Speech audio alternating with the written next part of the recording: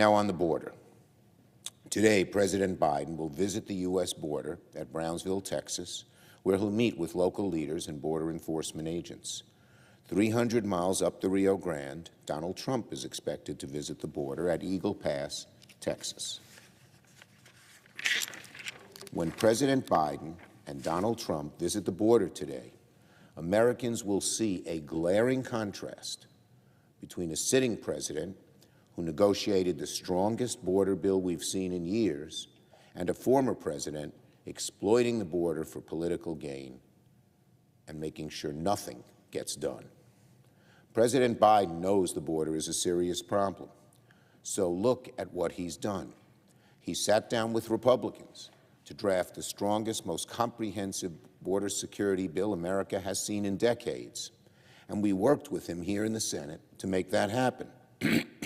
Let me say again, President Biden knows the border is a serious problem, and that's why he sat down with Republicans to draft the strongest, most comprehensive border bill America has seen in decades. But what did Donald Trump do?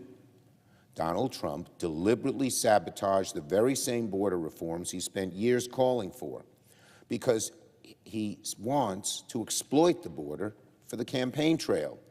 He explicitly took credit for the bill going down. Please blame it on me. Those were his words. It was Donald Trump who sabotaged the bill with dramatic updates to asylum. It was Donald Trump who sabotaged a bill that reformed parole authority. It was Donald Trump who sabotaged a bill that provided new resources to Border Patrol agents. And it was Donald Trump who sabotaged a bill endorsed by the Border Patrol Union, the Wall Street Journal editorial page, and the Chamber of Commerce, hardly liberal groups.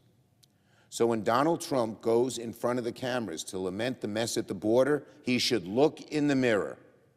He should look in the mirror, because he's the one who tanked the best chance we've seen in ages to fix it. Until Donald Trump said oppose it, it would have passed here in the Senate and even in the House. And when Republicans in Congress say they will shut the government down or bring the legislative process to a halt unless we fund the border, that is bull, because they are the ones who blocked a deal. Republicans are the one exacerbating the border by pushing things like H.R. 2, which not only didn't get a single Democratic vote, it wouldn't even solve the problem. It wouldn't even solve the problem. And again, as I've reminded Speaker Johnson over and over again, you can't do anything without bipartisanship when we have divided government.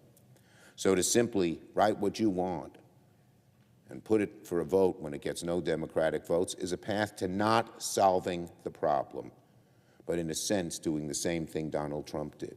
Use it for political purposes. Say the problem isn't solved for political purposes when you're the ones who prevented the problem from being solved.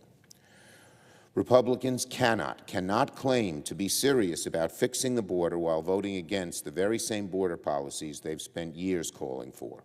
Republicans can't be serious about fixing the border when they say it's an emergency, and then when they have a chance to stop it, they refuse for crass political purposes.